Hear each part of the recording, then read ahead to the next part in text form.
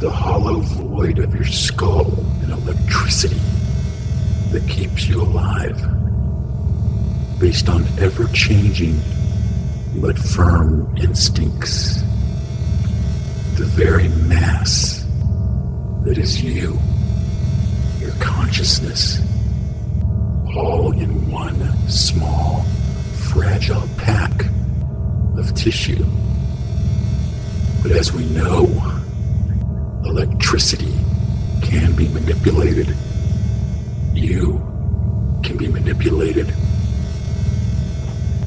Everything you know, say, think, and do is all electricity, like an overgrowing photography collection. Everything passes through the brain to be confirmed and then remembered. As an old saying goes, you forget 1,000 things every day. So, if your brain was such a good firewall, why would you still see shapes in the middle of the night?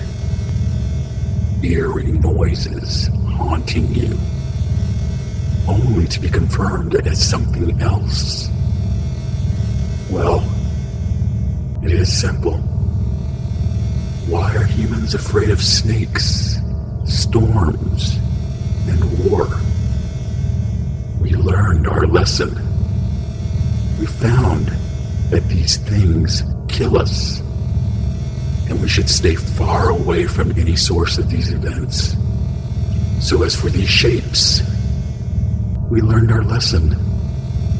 We found that these things can also kill us, just as the previous threats. What phobia is pulling the threads, telling your brain to be wary of something you were told you are making up? All the studies, all the facts, and yet you still fear your midnight hallucinations. It is less simple than many would like to prove, but can be summed up with one word: coexistence.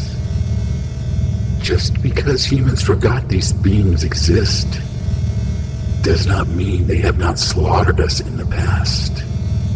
And they certainly have not gone away. These stealthy beasts have taken kids who are declared missing. They look like anything they can copy.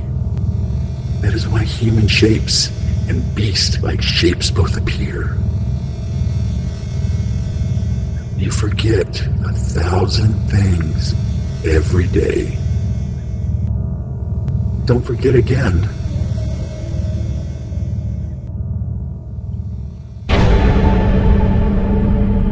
Non-existence is a haunting idea that all of us have confronted at one point or another.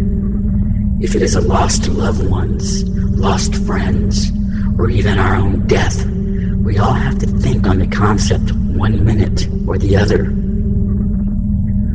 Out-of-body experiences, recollections of dark nothingness, hell, heaven, Valhalla, or theory. I dare you to find one and be comfortable with it.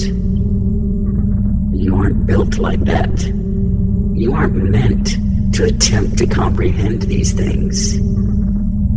You are a piece of the universe. When you first began, the Big Bang gave birth. When your body first began, your mother gave birth. Through billions and billions of years, the perfect coincidence possible occurred, and primordial ooze formed life on this precious rock. Let me ask you a question. If you were sawed in half, which half would you be, given that you survived? You would say the conscious half. That isn't exactly true. Each half is 50% of the whole puzzle. Now, what percentage Does that make your body to the universe you are a part of? Now, back to the topic of death. When you die, do you now believe you return to your cosmic percentage? It certainly is you, and certainly owns you, just as you own your lower half. Now, with all this talk of spirits and ghosts, how do you not know you are not a product to another creature? One which is a bigger percentage to the universe than yourself. To those who come back and say it was everlasting nothingness, perhaps they aren't supposed to know. Some things like to remain pretty little secrets.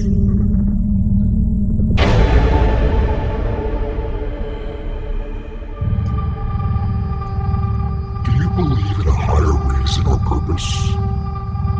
Your existence is a subject you may be very interested in, or perhaps even horrified of. With a single big bang, all of existence began.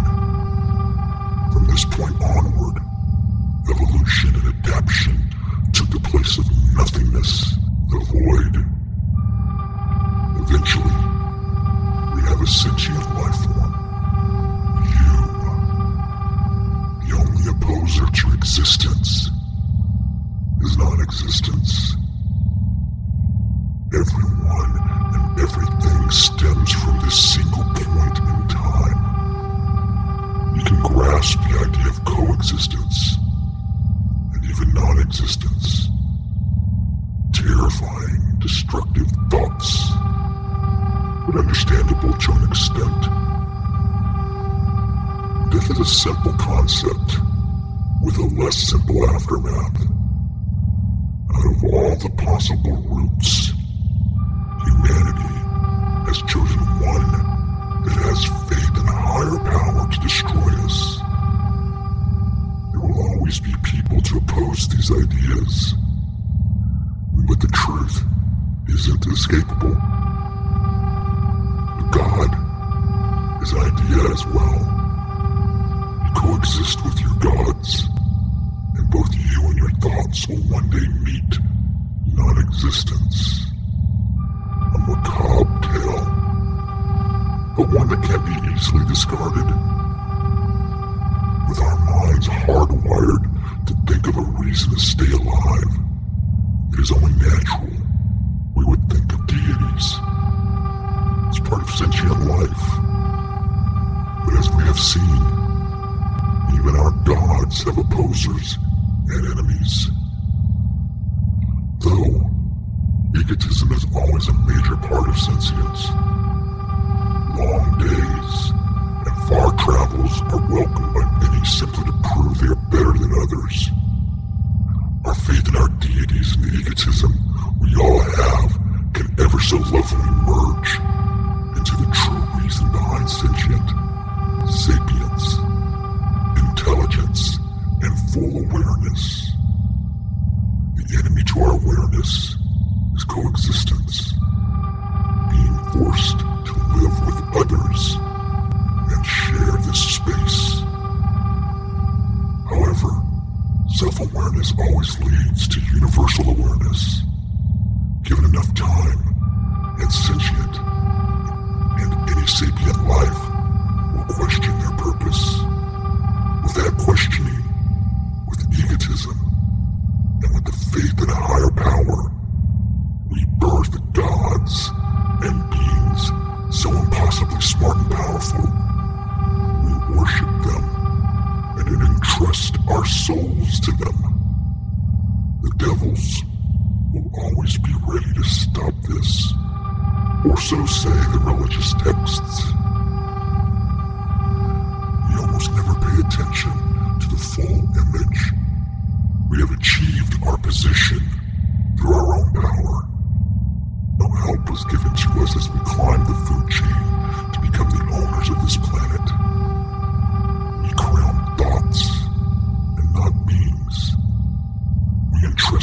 concepts, not reality. The universe is our footnote.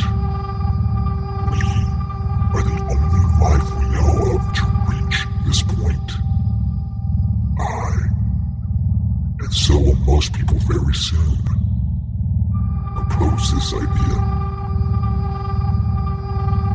I have heard many theories about our universe. Simulation, string theory, the mind of a larger creature, a hallucination, or even a hologram. Why have we not put together the cold, hard truth? With all the highlighted pieces, we can conclude one thing. We are the gods. It is our right and our duty to overcome all limitations in any way we can. Augmentation, nano-augmentation, and even mind uploading. We will surpass all walls laid out for us. We will oppose them and break them. Never have we met something powerful enough to stand against us. Though it isn't scientific to put off any idea that doesn't make sense right away. Our gods, our concepts, our thoughts. Is this the result of sentient existence, coexistence, or even fear of non-existence?